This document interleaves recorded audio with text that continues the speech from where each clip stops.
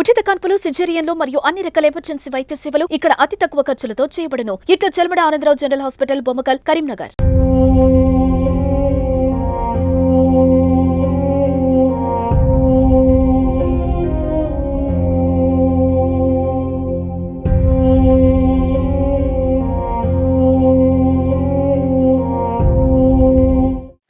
నమస్తే, welcome to Suman TV Karimnagar. నేను మీ అనిల్. కరీంనగర్ జిల్లాలో దారుణ ఘటన చోటు చేసుకుంది. అంటే ఇది దారుణమైన ఘటన కంటే సభ్య సమాజం తలదించుకునే ఘటన అంటే బాగుంటుందేమో. కరీంనగర్ జిల్లా రామడుగు మండలం వెదిర గ్రామానికి చెందిన దుర్గవ్వకు ముగ్గురు కూతుర్లు, ఒక కుమారుడు చనిపోవడం జరిగింది. అయితే ముగ్గురు కూతుర్లని, నాకు కుమారులు ఎవరు లేరు అని బాధపడకుండా ముగ్గురు కూతుర్లని బాగోగులు చూసుకుంటూ, వారి యోగక్షేమాలు చూసుకుంటూ వారి పెద్దోన్ని చేసింది. పెద్దోన్ని చేసి సాధిన తర్వాత వారికి పెళ్లిళ్ళు కూడా చేసింది. ముగ్గురు కూతుర్లకు మంచి పెళ్లిళ్ళు చేసి వారిని సాగనంపింది.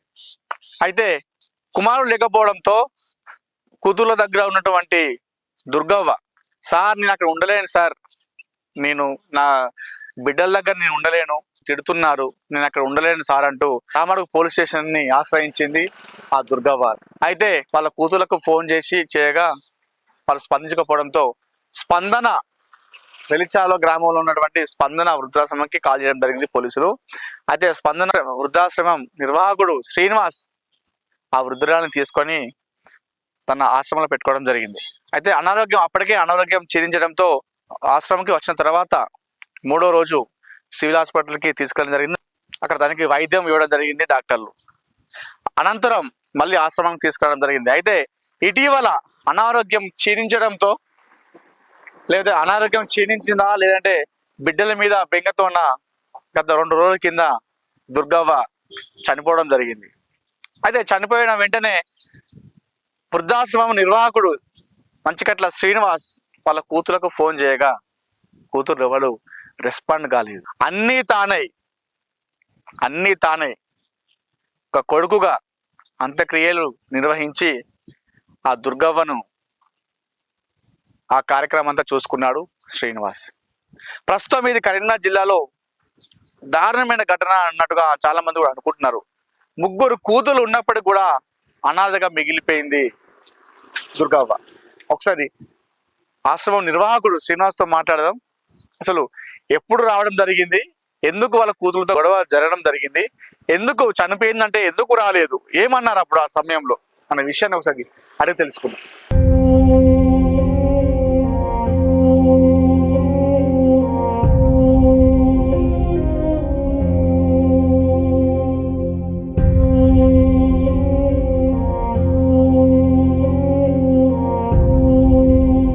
ప్రస్తుతం నాతో స్పందన వృద్ధాశ్రమం నిర్వాహకుడు మంచికట్ల శ్రీనివాస్ ఉన్నారు, వారితో మాట్లాడదాం. అన్న చెప్పండి, దుర్గమ్మ విషయంలో అసలు ఎప్పుడు ఆమె జాయిన్ కావడం జరిగింది మీ దగ్గర, అసలు ఎలా అప్రోచ్ అయింది మీ దగ్గరికి?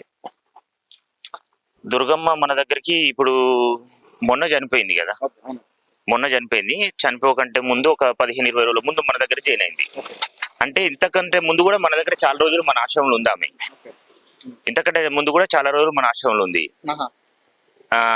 అప్పుడు కూడా ఏంటంటే వాళ్ళ బంధువులు వడగొట్టారు మన ఆశ్రమంలో, వాళ్ళ బిడ్డలు చూసుకుంటలేరు అని చెప్పేసి వాళ్ళ బంధువులు మన ఆశ్రమంలో చేర్పించిన తర్వాత మళ్ళీ జస్ట్ ఒక 3-4 నెలల కిందట మా బిడ్డల దగ్గరికి వెళ్ళిపోతా అంటే సరే అని పంపించిన తర్వాత అయినా కూడా వాళ్ళు చూసుకుంటలేరు అని చెప్పేసి ఆమె ఏం చేసిందంటే రామడుగు పోలీస్ స్టేషన్ పోయి పోలీసులను కలిసిన తర్వాత కూడా వాళ్ళ బిడ్డలకు పోలీసులు ఫోన్ చేశారంట. అయినా కూడా వాళ్ళు ఏం స్పందించలేదు. ఇక స్పందించకపోయేసరికి వాళ్ళు ఏం చేశారంటే పోలీసు వాళ్ళు ఇక మన వృద్ధాశ్రమంలో జాయిన్ చేసారు. మన వృద్ధాశ్రమంలో జాయిన్ చేసినప్పుడే ఆమె ఆరోగ్య పరిస్థితి బాగాలేదు. మేము వచ్చిన తర్వాత ఒక రోజు చూసిన తర్వాత మళ్ళీ హాస్పిటల్లో జాయిన్ చేసినాం, సివిల్ హాస్పిటల్లో జాయిన్ చేసిన తర్వాత కూడా ఒక 8 రోజులు హాస్పిటల్ ఉంచినాం. అయినా కూడా ఆరోగ్యం ఏం అంటే కుదరవలేదు. ఇక సరే ఆ డాక్టర్లు కూడా ఏమన్నారంటే మరి ఏజ్డ్గా సరిగా తీసుకెళ్ళండి, ఎన్ని రోజులు ట్రీట్మెంట్ చేస్తామన్న తర్వాత మేము 7వ తారీఖు హాస్పిటల్లో జాయిన్ చేస్తే 15వ తారీఖున డిశ్చార్జ్ చేయించినాం. డిశ్చార్జ్ చేయించిన తర్వాత మా దగ్గరికి వచ్చిన తర్వాత ఒక 7-8 రోజుల వరకు బాగానే ఉంది. ఈ తర్వాత మొన్న మార్నింగ్ ఉదయం 4 గంటలకు చనిపోయింది. ఓకే. చనిపోయిన తర్వాత సిచ్యువేషన్ ఏంటి? మీరు వాళ్ళ కూతుర్లకు కాల్ చేయడం జరిగిందా? వాళ్ళు ఏమన్నారు అసలు? అయితే ఫస్ట్ ఏంటంటే ఫస్ట్ మన ఆశ్రమంలో వాళ్ళ బంధువులు చేర్పించారని నేను చెప్పిన కదా, అవును. వాళ్ళకి ఇన్ఫర్మేషన్ ఇచ్చినాం. ఓకే. అంటే మీరు ఇట్లా ఏర్పించారు కదా, మీ తర్వాత వాళ్ళు ఆమె వెళ్ళిపోయింది, మళ్ళీ ఇట్లా పోలీసులు పడగొట్టారు, మరి ఆమె ఇట్లా చనిపోయింది, మరి వాళ్ళ బిడ్డలకు చెప్పండి అని నేను వాళ్ళకి ఇన్ఫర్మేషన్ ఇచ్చిన తర్వాత వాళ్ళు ఏమంటారంటే, సరే ఎందుకంటే మంచిది వాళ్ళ బిడ్డకు మీరు కూడా ఫోన్ చేయరు అని చెప్పేసి వాళ్ళ బిడ్డ నెంబర్ నాకు వాళ్ళ బంధువులు నాకు ఇచ్చిర్రు. ఓకే. నేను వాళ్ళ బిడ్డకు కూడా ఫోన్ చేసి చెప్పిన. ఫస్ట్ ఫోన్ చేసి ఏమన్నదంటే, నేను హైదరాబాద్లో ఉన్నా అని చెప్పింది, నాకు రావడానికి వీలు కాదని చెప్పింది.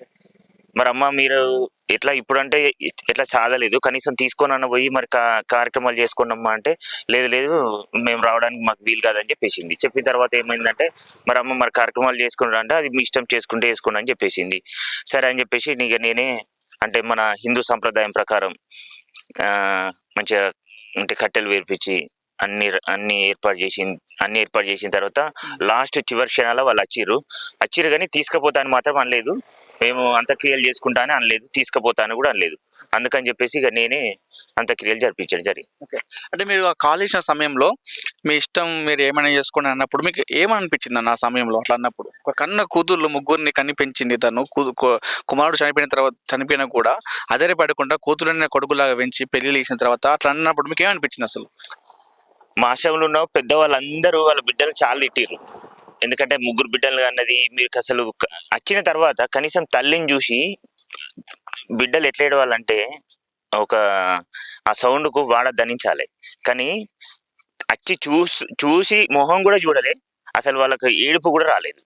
ఓకే. అదే మా ఆశ్రమంలో ఉన్న చాలా మంది తిట్టారు, మీకు అమ్మ కదా గిట్ల ఎందుకు అసలు కనీసం ఏడుపు కూడా అత్తలే అని చెప్పి చాలా మంది తిట్టారు. ఏమన్నా అట్లా అన్నప్పుడు ఏమన్నారు వాళ్ళు? ఏమనలేదు, తల దించుకొని దూరం నడుచుకుంటూ వెళ్ళిపోయారు అంతే. ఓకే. ఇట్లాంటి ఘటనలు ఎప్పుడైనా జరిగాయి మీ ఆశ్రమంలో? అంటే మా ఆశ్రమంలో జరిగినాయి. ఇది వరకు ముగ్గురు చనిపోయారు, కాకపోతే వాళ్ళ అనాథలు, వాళ్ళకి ఎవరు లేరు కాబట్టి మనం కూడా అంటే అనాథలు కాబట్టి మీరు చేయడం జరిగింది. కానీ ఇక్కడ కూతులు ఉన్నా కూడా అనాథలుగా మారడం అనేది ఫస్ట్ టైం మీ దగ్గర చూడడం. అంటే నేను వాళ్ళకి కూడా చెప్పిన, తీసుకుపోయి చేసుకోమని చెప్పేసినాం, అంతకీలు కావాలంటే చెప్పినా కానీ వాళ్ళ నుంచి ఏం మనకు రెస్పాన్స్ రాలేదు. ఓకే.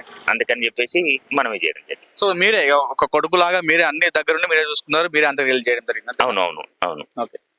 ఇలాంటివి జరగకుండా మీరు ఏం చెప్తారన్న సమాజానికి? అసలు ఇది దారుణమైన సంఘటన కదా, దీనిపైన మీరు ఏమంటారు అసలు? పిల్లలకు తల్లిదండ్రులు మంచి అంటే ఎదిగేటప్పుడు కానివ్వండి, కుటుంబం గురించి, కుటుంబంలో మన తల్లిదండ్రులతో ఎట్లుండాలి, మన పిల్లలతో ఎట్లుండాలి అనేది మనం చిన్నప్పటి నుంచే పిల్లలకు అలవాటు చేయాలి. ఇంకోటి ఏంటంటే, ఇప్పుడు చూడండి మాదంటే అనాథాశ్రమం, ఇప్పుడు కరీంనగర్లో చూడండి చాలా వరకు వృద్ధాశ్రమాలు ఉన్నాయి. ఎందుకంటే డబ్బులు ఉన్న వాళ్ళు 10,000 ఇచ్చి 15,000 ఇచ్చి ఇట్లా తల్లిదండ్రులను ఆశ్రమాలలో జాయిన్ చేస్తున్నారు. తర్వాత వాళ్ళ పిల్లలు కూడా అదే చేస్తారు వాళ్ళని. కంటే కూతుర్నే కనాలిరా మనసుంటే మగాడిలా పెంచాలి, కంటే కూతుర్నే కనాలి అనే సినిమాలో వందే మాతరం శ్రీనివాస్ పాడిన పాట. దుర్గవ్వ కూడా అలానే ముగ్గురి కూతుర్లను కనింది, గొప్ప మనసుతో వారిని మొగాడిలానే పెంచింది. కానీ తీరా ఆమె వయస్సు వృద్ధాప్యం రాగానే ఆమెను ఆ కూతుర్లు పక్కన పెట్టడం జరిగింది. కనీసం కడచూపు కూడా చూసుకోవడానికి ఆ కూతురు కనీసం రాకుండా తీరా అంత్యక్రియలు అయిపోయిన సమయంలో వచ్చి చూడడం జరిగింది. ప్రస్తుతం ఇది కరీంనగర్ జిల్లాలో అందరినీ కలిసివేస్తున్న ఘటన.